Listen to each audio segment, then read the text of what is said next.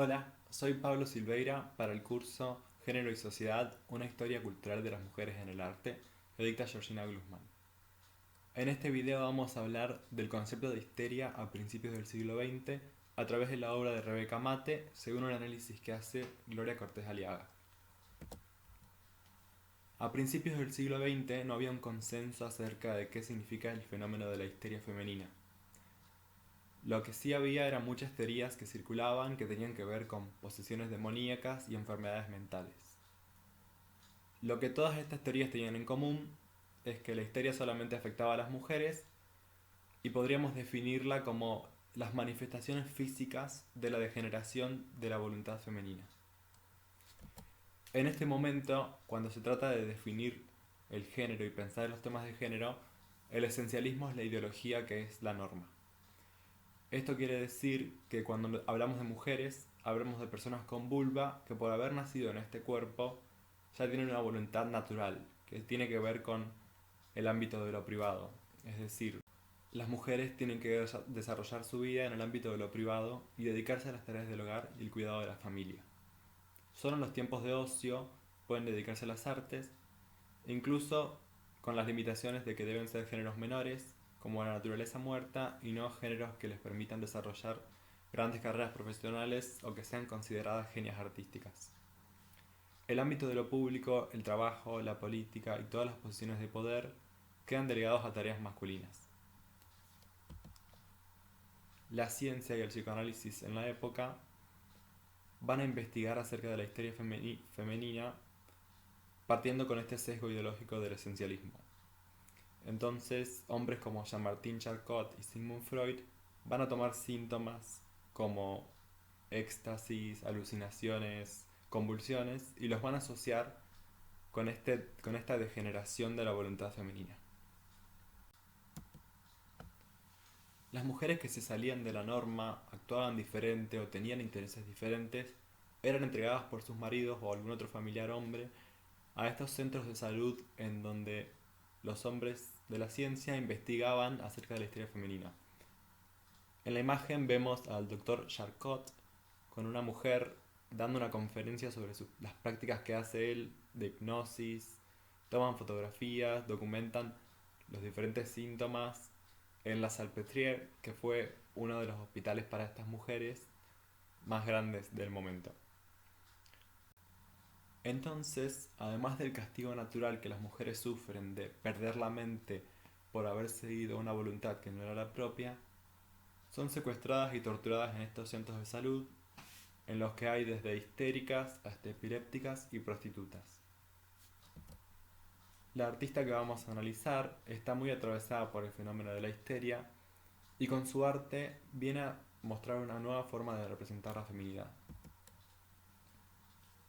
Rebeca Mate nació en Santiago de Chile en 1875 y fue la primera mujer escultora chilena.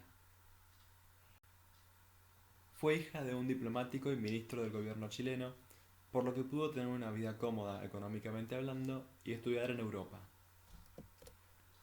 A los 15 años se fue con su padre a estudiar a París y en la Académie Julian descubrió una gran pasión por las figuras y los cuerpos y comenzó el desarrollo de una carrera profesional como escultora.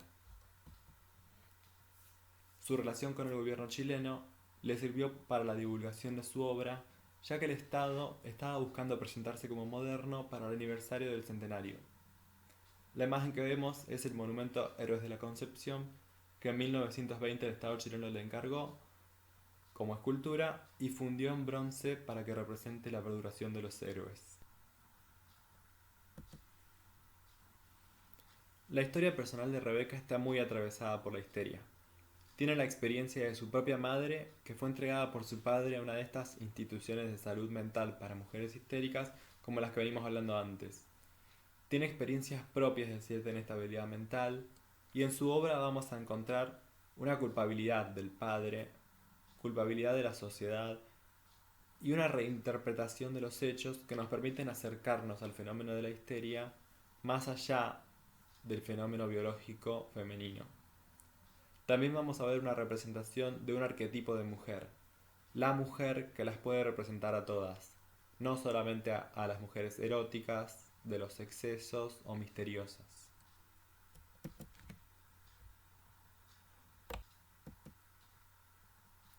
En la obra de Rebeca vamos a encontrar una gran similitud entre los cuerpos esculpidos y los cuerpos fotografiados por Jacquot en la Salpêtrière. En la muerte del aviador vemos a Ícaro junto a su padre y que está muerto en esta posición o contorsión histérico-epiléptica. Horacio es la representación del padre. El padre que con su gestualidad, con su cuerpo, da órdenes y castiga. Y también vemos que se parece mucho a la epilepsia parcial de Charcot. ¿Qué significa esto? Ahora es el cuerpo del hombre el histérico, la locura. Con esto podemos pensar que Rebeca está culpando a su padre por haberlo alejado de su madre. No es una condición biológica la que hizo que su madre perdiera la mente, sino el hombre en la sociedad y el padre específicamente que la llevaron hacia ese estado. La encantadora es una representación femenina en la que se nota la ausencia de lo masculino. Si lo comparamos con las fotografías de Charcot, podemos pensar en las alucinaciones. Hay un aura de tragedia y de mucho drama que hacen cuestionar también qué tan reales eran las fotografías que mostraba Charcot, si no era más entretenimiento por lo misterioso y el fenómeno de la histeria femenina que llevaba quizás a actuar ciertos síntomas. Finalmente, en Santa Teresa podemos relacionar la escultura con la imagen de lo que Charcot llama un éxtasis religioso en las pacientes histéricas. El psicoanálisis piensa este éxtasis como una transmutación del deseo sexual reprimido. Lo que representa Rebeca es una mujer emancipada, una mujer que es dueña de su deseo y no necesita de un hombre para manifestarlo. El desarrollo de una carrera profesional como escultora es algo muy difícil y Rebeca es la primera mujer escultora. Esto, al igual que a otras muchas mujeres que tuvieron un impacto fuerte en la sociedad en esta época, la hizo pasar por un proceso de virilización. Es decir, la artista creadora pasa a ser una artista genio y toma el rol del hombre. Este cambio de roles va desde el travestismo hasta las actitudes frente a otras mujeres y frente a otros hombres y nos hace cuestionarnos si podemos hablar de una cierta fluidez del género y si esto es un punto de partida para otros cambios. Frente a esto tenemos la fragilidad de la identidad masculina. Si las mujeres empiezan a ocupar espacios masculinos, ¿qué significa entonces ser hombre? ¿Qué es lo que lo hace diferente? Y hay un miedo muy grande a la otredad, a estas mujeres que son consideradas histéricas, justamente porque empiezan a ocupar estos espacios. Entonces vemos la represión de la sexualidad femenina, como venimos hablando, en estos centros de salud, en la exclusión de las mujeres distintas, las que ocupan otros roles, las que se atreven a ser mujeres diferentes. La obra de Rebeca Mate nos presenta una nueva forma de percibir la feminidad, como una feminidad que represente a todas las mujeres y de atribuir las responsabilidades de la exclusión de las mujeres histéricas a la sociedad y a la acción de los hombres, sin caer en el sesgo del esencialismo y el biologicismo.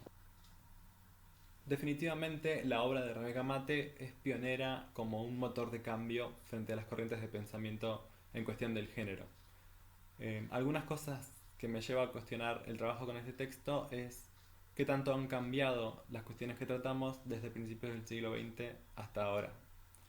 El estigma frente a las enfermedades mentales, la identidad masculina y femenina, la masculinización de las mujeres que acceden a cuestiones de poder. Sigue siendo un problema de la sociedad actual o es algo que ha desaparecido. Em, la fragilidad de la masculinidad frente a las mujeres obteniendo puestos de poder. Espero que les haya gustado la presentación y muchas gracias.